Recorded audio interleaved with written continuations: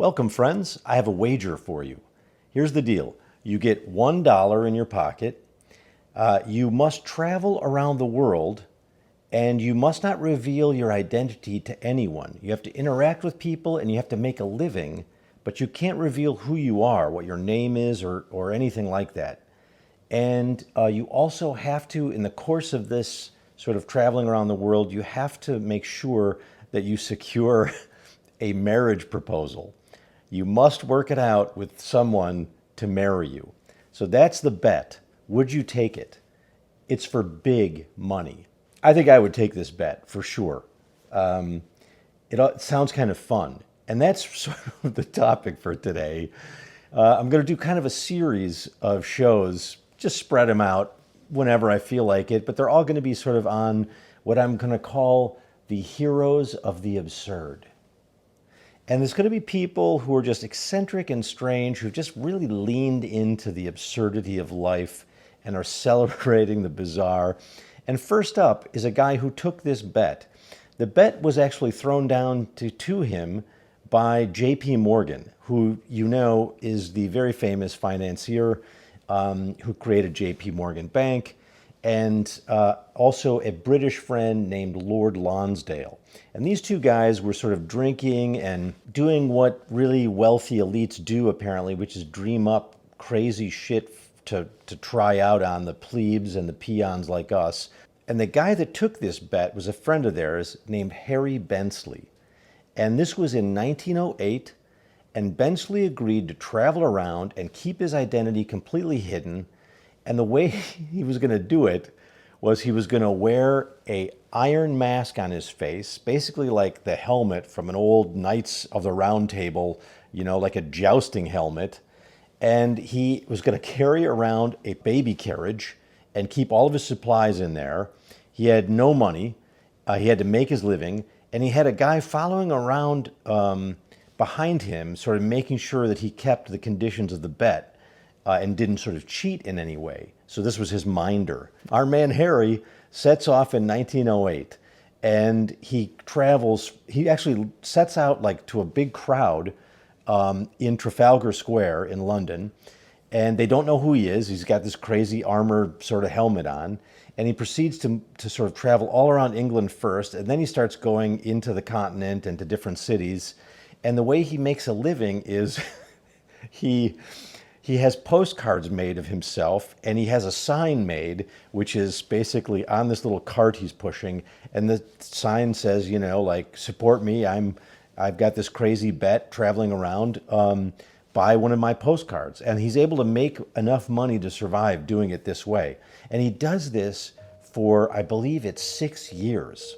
In fact, let me check. Let's quote from the New York Times obituary, which was written for him in 1956. The obituary says the following, quote, "Under the terms of the wager, he had to wear a mask all the time while he pushed a baby carriage through 169 British towns and through 125 cities in 18 other countries. He had to support himself by selling postcards and to find a wife before the walk ended. More than 200 women offered to marry Mr. Bensley during 6 years of trekking around. 6 years the guy was moving around in Europe, and supposedly he came to the Americas too, but as we're going to find out, there's some question about the details of this. He supposedly walked 30,000 miles, according to the New York Times obituary, passing through New York, Montreal, Sydney, Australia, and many other cities. Then, with only 7,000 miles to go, World War I broke out. The wager was called off, and Mr. Bensley returned home to a 4,000 pound consolation prize. So that apparently J.P. Morgan said, well, we're not going to give you all the money we said, but you did do a lot, so here's 4,000 pounds. So that's the end of the official story, but I was able to get some more details by looking at some information that I found written by his great-grandson. And there we learn a few more details, like the following. Apparently, Harry Bensley was already married when he took this bet, according to this new information. And he even had 2 children already. He did not need to get married. However, he did have a relationship, it looks like, and had children out of wedlock. And that's what produced the grandson, the great-grandson that's doing now research about his great-grandfather. According to this relative of his, Bensley was actually quite rich when he took the bet, which we're going to get into here in a little bit, because this is what I love about this kind of stuff. The absurdity of it really makes me laugh. But he lost his wealth because most of his money was tied up in Russian investments. And in 1917, during the Russian Revolution, he lost his entire wealth. He ended up living out the rest of his days relatively poor and sort of dying in obscurity. Additionally, this relative says that the origin of the bet was not that Bensley stepped up when his friends sort of threw out sort of a arbitrary bet, but rather the three of them had been betting together against each other: Lonsdale, J.P. Morgan, and Bensley. And basically, Bensley was losing so badly and they were drinking hard. And apparently, Bensley bet his entire wealth, his entire fortune, on the last hand, which he lost. And as a kind of gesture, the other two men said, well, we'll forgive what you owe us if you'll do this crazy thing. And then they basically set him on this path as a way to undo the debt that he now had to them. And lastly, there's evidence, on further research that Bensley did travel around with this helmet on, pushing a baby carriage in southern England, but there's not much evidence that he was doing it in all these other cities and all these other countries. It's also clear that by the time this supposed £4,000 was paid to him by J.P. Morgan, in fact, J.P. Morgan was already dead by that time.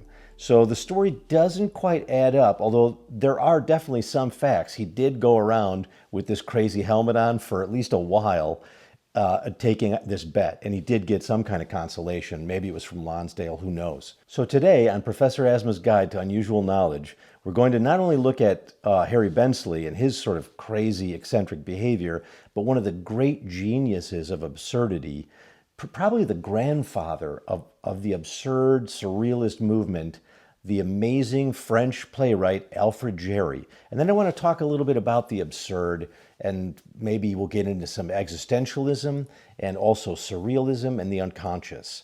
So strap in, here we go.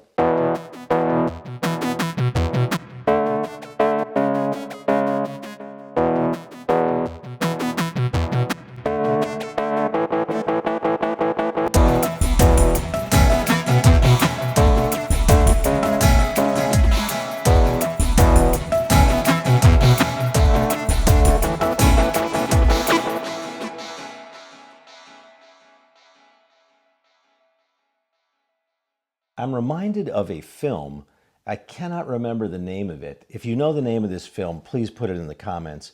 I believe it has Ringo Starr in it. I saw it when I was a kid. Ringo Starr is in it, and Peter Sellers is in it, and maybe John Cleese. And I think the premise is something like Peter Sellers is a really wealthy guy, and he just goes around messing with people. Like, he's so rich that he can get just the average schlub like you and me to do anything he wants us to do, because he'll just keep upping the amount of money until we finally get to the point where we're willing to destroy a beautiful painting or jump off a bridge into some deep water or whatever it is. So there's this that's the premise, and it's kind of a fun comedy. And I know Ringo Starr is he's his apprentice or something like this. And it does amuse me that in this story, you've got sort of these wealthy guys setting up these crazy kind of trickster moves. But I think there's something else interesting here about the time, the 19-teens and the 1920s. This is when we're gearing up for and engaging in the First World War, and then we're in between the two world wars. And this is when the existential movement gets going, where people start thinking about the absurdity of life and what's it all about and what's the meaning of life. Because some of the old ways of structuring meaning, like religion, are sort of on the downward slide. I mean, you remember Friedrich Nietzsche's very famous phrase, "A God is dead," and Nietzsche dies in 1900. It's an amazing time of alienation, and you've got Karl Marx, developing ideas about how the working man is basically alienated from his own labor, and he's a stranger to himself even because he's just worn out by capitalism. And you've got Kafka writing these amazing stories about somebody waking up and They're no longer a man anymore, they're a cockroach. Gregor Samsa in the Metamorphosis. So there's something weird going on at this time, which is a sort of rise of industrial alienation. And this is pretty hardcore Gilded Age period. The robber barons and this kind of stuff. So there's something about that in this story with J.P. Morgan sending this guy around with a helmet that just really captures that era. But I want to tell you about somebody that is born right around the same time as Harry, our hero, our absurd hero with the helmet on, and his name is Alfred Jarry, Jarry. Alfred Jarry is a different story, although there's some fascinating themes that are similar. For one thing, he's not rich. He's actually born relatively poor. His father is a salesman who is also an alcoholic. His mother is fairly refined, which I think is probably how Alfred starts to get a taste for art in the theater. This is Paris, late 19th century, early 20th century, and Alfred basically starts writing all this crazy stuff that turns into a play. And he not only wants to be a playwright and a literary figure, but he wants to live in an absurd manner. So he goes around doing all this strange stuff. It's almost like he's a performance artist, freaking people out wherever he goes. Okay, he's born in 1873 and he dies young in 1907. So he's sort of legendary at the time. He's relatively short, he's under 5 feet. He rides his bicycle everywhere. He dresses in an elaborate costume. He wears a pork pie hat and a cape with a hood over it. And he's got all this sort of biking gear on him at all times. And according to legend, whenever you saw him, he always looked really damp, like he had just been swimming with his clothes on. That was something that was noted about him. He was openly gay at a time when, that was very dangerous to do. And he was a friend or associate of Oscar Wilde. When Oscar Wilde came to Paris, Jarry went to see him immediately, and they hit it off. Jarry also was known for having extremely colorful conversation. Like his speech was just filled with scatological excrement jokes, and he was always referring to his penis whenever possible. He was just always making dick jokes. And so he was rough company, but he was also super smart and well-read. So he was this sort of interesting mix, and people didn't know what to make of him. He was like very strange. Sometimes he would act as if he was a marionette, and he would sort of keep this up like all day long. And perhaps his great downfall was that he was a hardcore absinthe drinker. He referred to absinthe as his green goddess, which I think many during this time period referred to absinthe as the green goddess. And if you've had absinthe, and I was sort of drinking some of it last year, you can still, it was sort of illegal for a while, but now you can get it again in a different formulation. I don't think it's as strong. It's got a good flavor to it though. And I got used to it. I think at one point I drank enough of it. I wasn't hallucinating or anything, but I couldn't really feel my legs at one point.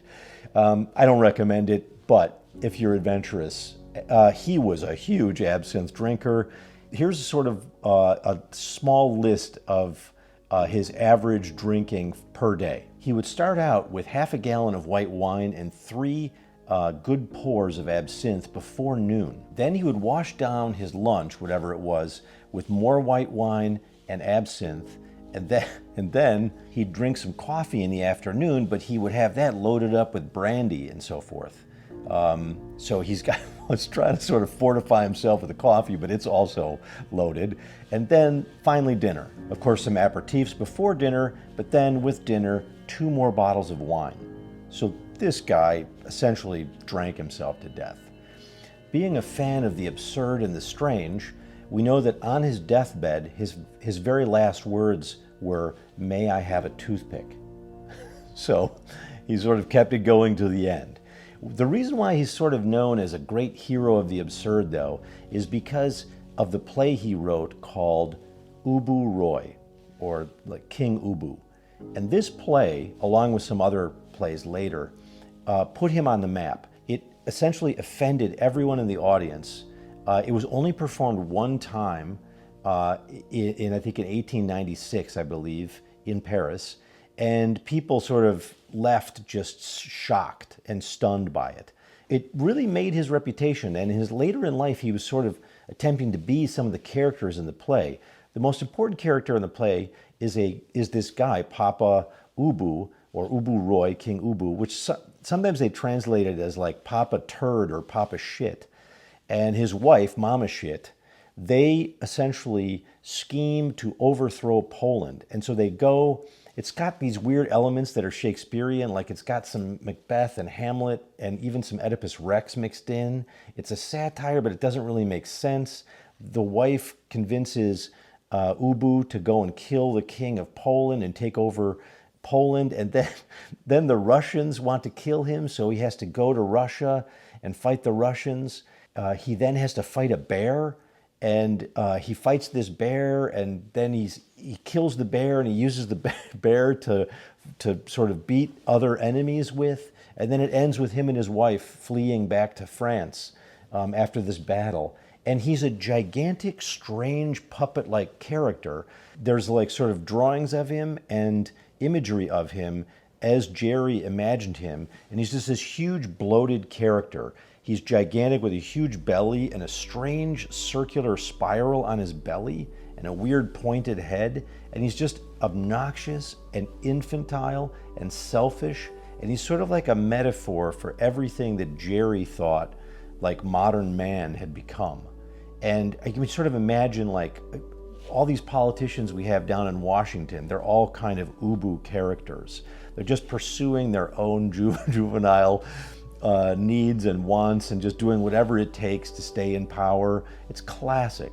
When this crazy character first steps out onto the stage, the very first line of the play is Ubu saying merdre, or like shit, or shitter. That's the first line. And so people were stunned at that time. And the rest of the play is like that. It's even has like its own language, and it's just filled with like profanity and like words that basically Alfred Jarry is making up. And it's, in a way, it's a kind of countercultural punk moment. It's punk music before the Sex Pistols. It's this crazy gesture, a kind of like F you to the official culture of sort of, you know, staid and sober mainstream bourgeoisie. And it basically launches him into this sort of interesting philosophical territory, because now he creates something that he calls pataphysics. And you may remember in the Beatles album Let It Be, there's a great song called Maxwell's Silver Hammer. And it's a Paul McCartney song. There's a line in it which is, Joan was quizzical, studied pataphysical, science in the home, or something like this. And I may have it slightly wrong, but that is a reference to pataphysics. And I remember as a kid hearing this and wondering, what is pataphysics? And you may have also been wondering, what is pataphysics? Here's what pataphysics is. Alfred Jarry invents this as a kind of weird joke, sort of a spoof of the sciences and academia. And he said it's kind of a pseudoscience, making fun of the jargon and the language of science, but then it kind of has this serious side too. It's like Jarry is a troll, but also a troll that's revealing something about knowledge and reality. He has like 1,000 different definitions for what pataphysics means, and he just keeps changing it all the time. You can never tell what it means. But sort of the best definitions that I found were, he said it's a kind of science of the imagination, and he says it's how you live imaginatively. So just imagine stuff and make it up in your head, and then try to live your life that way. So sort of inhabit these crazy fantasies that you have. And it really was how he lived his life. There's some legend that he used to go around, I think, in Paris with like a lobster on a dog leash. Dude, it's classic. And this idea of pataphysics really had a big influence on what came to be the Dada movement, Dadaism, in the arts, and also then surrealism, which I want to talk about in a moment. Pataphysics is designed, he says, to be useless. It is not supposed to be like chemistry or biology or physics. It's supposed to celebrate that which has no utility. And he's sort of driving at something here, and he says, pataphysics is to metaphysics what metaphysics is to physics. In other words, if you study physics, you're going to study, okay, how do the electrons move, what quantum mechanics, etc. But metaphysics says there's a reality that's even beyond that, an ultimate reality. We're only glimpsing it maybe, but it's sort of the foundations underneath, like subatomic physics, or there's some sort of underlying metaphysics behind the sort of Einsteinian, Heisenbergian view of the world. And then Jarry says there's actually another reality beyond that, which is pataphysics, and it's nothing. So here's a quote from one of Jarry's apprentices. Man is an onion, the noblest there is in nature, but a peeling onion like any other. A skin? Well, you don't know how right you are. But if you remove it, you'll find another and another, down to the void at the center. And that's not at all large either. Let's weep, my crocodile brothers. End quote. Classic pataphysics. Here's another one. And he says, your pataphysics laughs too much, and that laughter is both too comic and too cosmic. Put metaphysics behind pataphysics and you make it merely the facade for a belief. Now the essence of pataphysics is that it is the facade of a facade, behind which there is nothing. End quote. And finally, the postmodern philosopher Jean Baudrillard sort of sums it up perfectly when he says, quote, we are all just fools in a gaseous world from which the great pataphysical fart is released. End quote. So this actually had a huge influence on the arts of the time. People like André Breton and Marcel Duchamp, they started to display artwork that was sort of pataphysical. And it went by different names, but it was basically trying to say, we're not going to talk about stuff that's beautiful. We're not going to talk about stuff that makes sense. We're going to reject the rational. We're going to do stuff that's completely bizarre. And of course, this all sort of hit a crescendo after the war in the 1920s in the works of the surrealists, most notably Salvador Dali. And Dali was heavily influenced by Breton and by Alfred Jarry. So really this is what I meant by saying that Alfred Jarry is sort of the godfather or the grandfather of the surrealist movement. In 1948 in Paris, they actually created a college of pataphysics, which was partly real and partly just a joke. It's really in this wonderful gray zone of trolling. And so it had these famous artists that were notables within the college, but also apparently the Marx brothers, Groucho and Harpo and so forth, were also supposed to be honorary members of the College of Pataphysics. I cannot confirm or deny that that is true, but there you have it. So if you look at what's happening in the culture in Europe at this time, you get the rise of existentialism, as I was saying before, along with surrealism. And this is really kind of fun because for them, the absurd is a technical term. They don't mean it like, oh, something's just funny and bizarre. They actually think that the world itself is absurd. It doesn't have a kind of rational structure like we thought for thousands of years. It doesn't really make sense, and it's not going to be a place of justice. The old world, where God was in his heaven and he made the world and it was going to sort of all be okay in the end, it's gone. But they had not lost their sense of humor. So even though this was sort of a dark picture, this sort of a nihilistic moment, there was this kind of fun, humorous element to these thinkers too. And people like Alfred Jarry, and I think, our guy Harry Bensley also really sort of characterizes this fun side of the absurd. Think about Albert Camus tells this famous story about the myth of Sisyphus. It's an old Greek myth, he just retells it. And in that story, Sisyphus is being punished by Zeus. And the punishment is that in Hades, Sisyphus has to roll a gigantic boulder up this hill, and it takes him all day to do it. And at the end of each day, this gigantic boulder just rolls back down again. And he has to wake up and do the exact same thing again the next day. And it goes on and on and on for infinity. So he's never going to be able to stop rolling this giant boulder. That's his punishment. And Camus and the other existentialists look at this and they go, that's a really good metaphor for life in general, for just human life. It's absurd. You think you're going to college to get a degree, to get a job, to get, a wife or a husband, to have children and to buy a house in the suburbs, and then to retire and get a watch, and eventually to go fishing more often or golfing. And you think this is this sort of progressive story, but really you're just a guy wearing like a knight's helmet, hiking around Europe with a baby carriage, or you're just Sisyphus rolling a ball up a hill. That's your real life. Or you're Alfred Jarry walking a lobster on a leash. That's what life really is. It's this absurd thing, and you just don't know it yet. Now, once you realize that you're in this absurd situation, you have two responses. One is you become depressed and become a nihilist, and the other is you got to laugh. You got to think, this is pretty funny. So Camus actually pictures Sisyphus sort of standing at the top of the mountain while this giant boulder is rolling down, and he just has to laugh. He's just laughing because he knows he has to get up and do it all over again.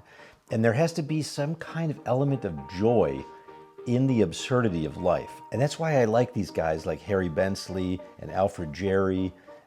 They really remind us not to get too serious about life. We have a tendency to really dramatize everything. And these guys were really good at just reminding you to have a laugh. It's sort of a Marx Brothers view of metaphysics, if you will. The other really fun element to all this is in surrealism and Dadaism and in Alfred Jarry's pataphysics, there's a kind of celebration of the unconscious. And this is sort of the same time when Sigmund Freud and Carl Jung are really developing their ideas, that there's this other part of you, like your rational mind is just the sort of tip of an iceberg sticking out of the water. And you think that you know what the hell's going on, but actually there's this giant iceberg of you and your aggression and your cravings and your libido all underwater, really dictating how your life goes. And so from these absurdists up through people like Salvador Dali, you get a wonderful celebration of these unconscious elements. In fact, Dali used to read Freud while he was working on a painting. So he'd be reading, the interpretation of dreams, and then he would work on the symbols of the painting. And you can see he has images in his paintings, like he'll have like a melting candle, and that's supposed to represent fears about being impotent. A flaccid candle is a flaccid phallus. And he'll have like a chest of drawers painted. And Dali says, this is what I'm doing. I'm bringing in Freud into my paintings. And the chest of drawers represents a woman. Anything that's sort of like a kind of a vessel shape reference to the female. And so Salvador Dali is working out his own unconscious, but he thinks he's also tapping into a kind of universal unconscious. And Jung talks about this as being this sort of shadow self, and how you have to go into this area and bring it out up into the conscious light in order to sort of begin to understand who you really are. So there's a deep reservoir of the absurd within you and I. And these absurd heroes are sort of going in there and just sort of playing. So I've tried to introduce you to two of these sort of heroes of the absurd. But in your own life, try to sort of embrace the bizarre, the absurd, the surreal, really kind of lean into it. And honestly, we need all the help we can get because the news is fairly traumatizing. So refresh the soul with some absurd laughter every now and then. And come on back for more unusual knowledge next time. See you then, and always stay curious. Hey, Curiosifers, Stephen Asma here. Just a quick note to say thank you for all the wonderful feedback we've been getting on this crazy little show we're making. We are having a ball making it. And it's good to get feedback, and keep the comments coming, and also suggestions about future show ideas. We're reading the comments and we are taking them seriously. Also, it's really hard to play the bass and talk at the same time. It makes me wonder how Sting does it. Point is this, we also have a Patreon page. Head on over to Patreon, there's a link on our sort of front page of YouTube. And see, there's different levels that you can support us. And you get bonus material at the different levels, and also, you get special access to crazy ideas and unusual knowledge. So please avail yourself of that possibility. In the meantime, thanks again, we'll see you back here next time. And remember, always stay curious.